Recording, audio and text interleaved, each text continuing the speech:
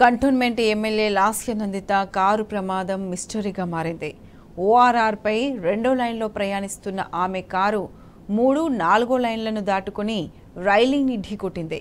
టైర్ల అచ్చులను బట్టి సుమారు 100 మీటర్ల వరకు కారును లాక్కెళ్లిన విషయం స్పష్టమవుతుంది. కారు ప్రమాదంపై మరింత సమాచారాన్ని మా ప్రతినిధి భాస్కర్ లైవ్లో అందిస్తారు. భాస్కర్,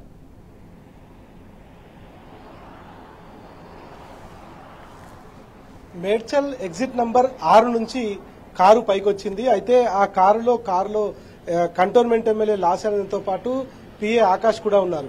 6వ నంబరు ఎంట్రీ దగ్గర నుంచి పైకొచ్చి 3వ నంబర్ ఎగ్జిట్ లో దిగాలి పటాన్చెరు దగ్గర.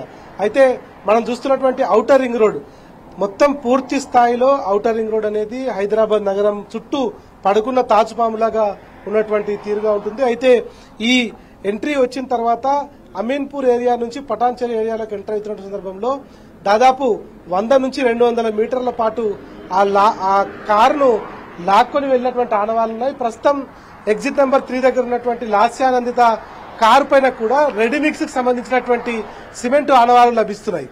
అయితే ఇదంతా చూస్తా ఉంటే వెనక నుంచి కారు లారీని ఢీకొట్టిందా లేదంటే లారీ వెనక నుంచి కారును ఢీకొట్టిందా అనేటువంటిది మాత్రం తెలియాల్సి ఉంది. కాకపోతే రెండింటిలో ఖచ్చితంగా లారీ ఉందనేటువంటిది మాత్రం ప్రాథమికంగా నిర్ధారణకు వచ్చారు పోలీసులు. ఇక్కడికి వచ్చినటువంటి అధికారులు కానీ ఇతరులు కానీ మొత్తం ఇక్కడ జరిగినటువంటి ప్రమాద స్థలాన్ని చూస్తే దాదాపు 100 స్పీడ్ లో 100 స్పీడ్ లో వేగంతో ఆ కారు ఉంది. అయితే రెడీమిక్స్ కి సంబంధించినటువంటి లారీ ఒకటైతే ముందు భాగంలో వెళ్తున్నటువంటి సందర్భంలో వెనక నుంచి కారు రెడీమిక్స్ కారును ఢీకొట్టినట్టుగా తెలుస్తోంది. ఎందుకంటే కారు డాష్ బోర్డు ప్రాంతంలో అద్దం అంటే ఫ్రంట్ డాష్ బోర్డు ప్రాంతంలో కొంత సిమెంట్ కు సంబంధించినటువంటి ఆనవాళ్లు కనిపిస్తున్నాయి.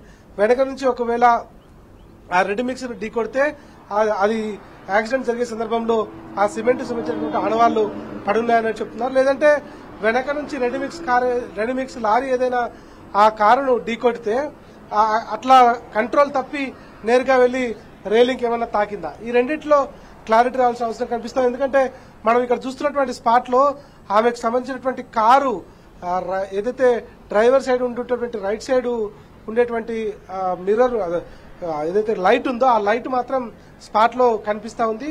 ఇది వెనకాల నుంచి జరిగితే ప్రమాదం జరిగితే ఇది ఈ లైట్ ఊడిపోయి కింద పడేటువంటి ప్రమాదం ఉంది. బలంగా దాన్ని ఢీకొట్టినటువంటి సందర్భంలో ఈ ప్రమాదం జరిగి ఉండొచ్చు అనేటువంటిది అంచనా వేస్తున్నారు. అయితే గతంలో అనేక సార్లు ఇట్లాంటి యాక్సిడెంట్ జరిగినా కూడా ఓఆర్ఆర్ మీద ఇవాళ జరిగినటువంటి యాక్సిడెంట్ చాలా విచిత్రంగా ఉంది. ఎందుకంటే ఇన్సిడెంట్ జరిగింది దాదాపు ఉదయం తెల్లవారుజామున 5:30 గంటల ప్రాంతంలో జరిగింది. కానీ రోడ్డు పైన మనం చూస్తున్నటువంటి ఏదైతే టైల్స్ కి సంబంధించినటువంటి ఈ వేవ్ వెళ్ళేటువంటి ఉందో మొత్తం 2వ డివైడర్ నుంచి 2వ లైన్ లో వస్తున్నటువంటి కారు 3, 4 దాటి పార్కింగ్ లో ఉన్నటువంటి రైలింగ్ వచ్చి తాకినటువంటి పరిస్థితి కనిపిస్తోంది. ఈ నేపథ్యంలో కేవలం లారీ వెనక నుంచి తాకినటువంటి సందర్భంలో దానికి dashboard front dashboard పై రెడీమిక్స్ సంబంధించినటువంటి సిమెంట్ ఆనవాళ్లు ఉన్నాయి కాబట్టి ఖచ్చితంగా వెనక నుంచి తాకే అవకాశం ఉందని చెప్తున్నారు. మరి దీనిపైన మాత్రం ఇప్పటి వరకు ఎట్లాంటి నిర్ధారణకు రాలేదు. కానీ ఇక్కడ కనిపిస్తున్నటువంటి ప్రాథమిక ఆధారాలు ఏవైతే ఉన్నాయో ఆ ఆధారాల ప్రకారం చాలా క్లియర్ గా కారుకు సంబంధించినటువంటి అచ్చులు మన రోడ్డు పైన కనిపిస్తున్నటువంటి తీరు పూర్తిగా బ్రేక్ వేసినా కూడా ఆ లారీకి వెనక నుంచి బలంగా తాకటంతో లారీ అక్కడ వరకు లాక్కెళ్లినటువంటి ఆనవాళ్ళు అయితే చాలా స్పష్టంగా కనిపిస్తా ఉన్నాయి. అది ఖచ్చితంగా ఇది అట్లాంటి యాక్సిడెంట్ కు జరిగేటువంటి అవకాశం ఉండేటువంటి ప్లేస్ కూడా ఉంది.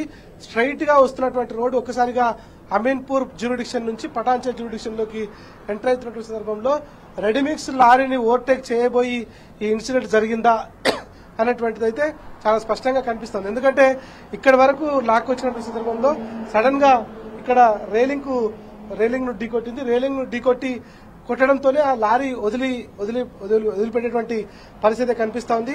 మనం చూస్తున్నటువంటి ప్లేస్ లోనే ఫ్రంట్ భాగం పూర్తిగా వచ్చి రైలింగ్ కు బలంగా తాకడంతో ఫ్రంట్ సైడ్ ఉన్నటువంటి లాస్యా కూర్చున్నటువంటి సైడ్ ఉన్నటువంటి బెలూన్ ఓపెన్ అయింది. డ్రైవర్ సైడ్ ఉన్న బెలూన్ ఓపెన్ కాలేదు. అంటే ఆకాష్ బెల్ట్ వేసుకోలేదు, లాస్యా కూడా బెల్ట్ వేసుకున్నటువంటి పరిస్థితిలోనే కనిపిస్తుంది. కానీ కేవలం అది బలంగా లెఫ్ట్ సైడ్ ఢీకొట్టింది కాబట్టి రైలింగ్ దాంతో బెలూన్ ఏమైనా ఓపెన్ అయిందా అనేటువంటిది కూడా చూడాల్సిన అవసరం కనిపిస్తోంది. రెండు అనుమానాలు అయితే చాలా స్పష్టంగా కనిపిస్తున్నాయి. ఒకటి, వెనక నుంచి కారు 100 స్పీడ్లో వస్తున్నటువంటి సమయంలో ముందు వస్తున్నటువంటి రెడ్ మిక్స్ కారును వెనక నుంచి కారు ఢీకొట్టడం, లేదంటే ముందు వస్తున్నటువంటి కారును వెనక నుంచి ఏదైనా లారీ ఢీకొడితే అప్పుడు కంట్రోల్ కాకుండా నేరుగా వచ్చి రైలింగ్ తాగడం. ఈ రెండు ఇన్సిడెంట్లు అయితే ఓఆర్ఆర్ పైన చాలా స్పష్టంగా కనిపిస్తా ఉన్నాయి. రెగ్యులర్ గా ఓఆర్ఆర్ చుట్టుపక్కల కన్స్ట్రక్షన్స్ ఎక్కువ అవుతున్నాయి కాబట్టి రాత్రి వేళల్లోనే ఎక్కువగా రెడ్ మిక్స్ కి సంబంధించినటువంటి వాహనాలు ఇక్కడ తిరిగేటువంటి అవకాశం కనిపిస్తా ఉంది. మొత్తానికైతే ఇక్కడ జరిగినటువంటి ఇన్సిడెంట్ చూస్తా ఉంటే మొత్తం కారు ప్రమాదం ఒంటరిగా జరగలేదు, ఒక్కటిగా జరగలేదు. ఏదో ఒక బలమైన వాహనం కారును ఢీకొట్టడం, లేదంటే కారు వేరే బలమైనటువంటి వాహనాన్ని ఢీకొట్టడం, పెద్ద వాహనాన్ని. ఇట్లాంటి ఇన్సిడెంట్ అయితే చాలా స్పష్టంగా కనిపిస్తా ఉంది. మరోవైపు 2 సార్లు ప్రమాదం నుంచి తప్పించుకున్నటువంటి లాస్యానందిత కంటోన్మెంట్ ఎమ్మెల్యే అతి చిన్న వయసులో శాసనసభలోకి అడుగుపెట్టి 3 నెలలు కూడా గడవకముందే ఒక బడ్జెట్ సమావేశాలకు కూడా హాజరైనటువంటి లాస్యానందిత 3వ ప్రమాదంలో మాత్రం చనిపోయినటువంటి వార్త రాష్ట్ర వ్యాప్తంగా ఇటు కంటోన్మెంట్ నియోజకవర్గ ప్రజలకు కూడా తీవ్ర దిగ్భ్రాంతిని వ్యక్తం చేస్తా ఉంది.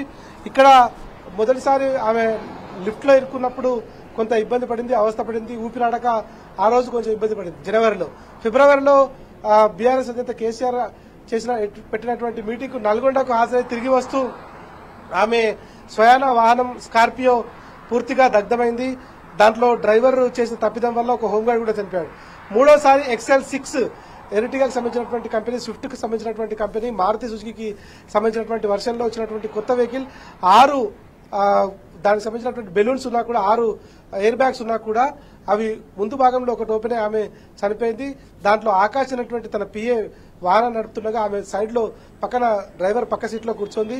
ఆమె బెల్ట్ వేసుకోలేదా అనేటువంటి మాత్రం ఇంతవరకు క్లారిటీ లేదు. కాకపోతే ఒక బలమైన వాహనాన్ని కారు ఢీకొని ఉండాలి, లేదంటే కారును బలమైన వాహనం ఢీకొని ఉండాలి. ఈ ఇన్సిడెంట్ లో మాత్రం లారీ లాంటి ఒక హెవీ వెహికల్ అయితే ఉంది, దాన్ని ఢీకొనడంతోనే ప్రమాదం ఇంత భారీ స్థాయిలో జరిగింది, ప్రాణం పోయే పరిస్థితి వచ్చింది అన్నటువంటిది మాత్రం చాలా స్పష్టమవుతోంది.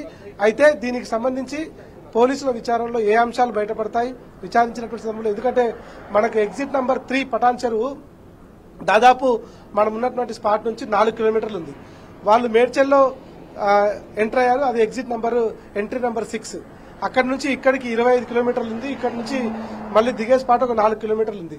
దీంట్లో ఎక్కడెక్కడ సీసీ కెమెరాలు ఉన్నాయి, ఆ సమయంలో వాహనాలు ఏవి వెళ్ళాయి, ఎందుకంటే ఆ రెడీ మిక్స్ కి సంబంధించినటువంటి ఆనవాళ్లు కార్ దగ్గర ఉన్నాయి కాబట్టి, కారు డాష్ బోర్డు పై ఉన్నాయి కాబట్టి దీంట్లో పూర్తి స్థాయిలో విచారణలో అవి సీసీ కెమెరాలు పరిశీలించినప్పుడు బయటపడే అవకాశం ఉంది.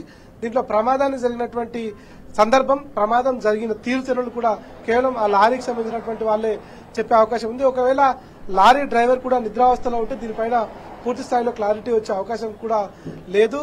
ప్రాథమిక విచారణ ప్రకారం లారీని కారు ఢీకొట్టిందనేటువంటిది చాలా స్పష్టంగా అర్థమవుతుంది. మరి పోలీసుల విచారణలో ఏం బయటపడుతుందో చూడాల్సిన అవసరం కనిపిస్తా ఉంది. ప్రత్యూష.